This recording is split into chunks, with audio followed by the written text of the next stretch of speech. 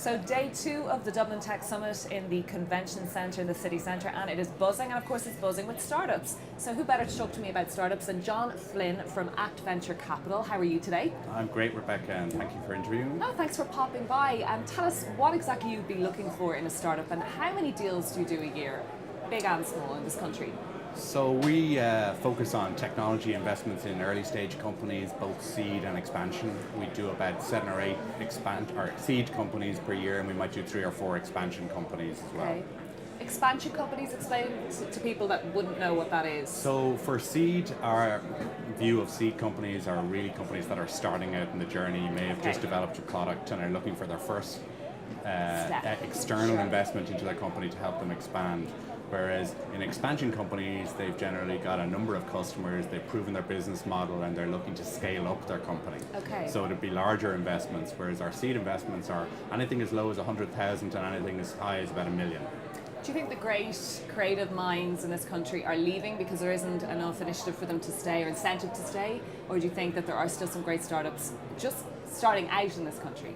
I think there are great startups in this country. Okay, so the talent is there. The talent is here. It's always hard for companies to attract new talent into their companies. There's a lot of pressure on salaries, and trying to attract in the right type of talent in startups has always been a challenge. Okay. But it's got easier to set up startups over the last 5-6 years. Okay.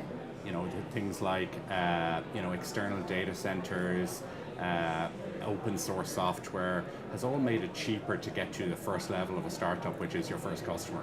What are the key things that you would look for from a team? Like what besides passion and drive, what are the key things? Well, we kind of look at about 5 different things really when we're investing, and for startups. And I think the first 2 of those relate to the actual entrepreneur themselves. Okay. So when we look at the key entrepreneur, they need to have a really interesting market insight, and that has to be backed up with real domain knowledge. So we're looking for whatever industry they're in, what domain knowledge do they have, and can they have a market insight that's something disruptive.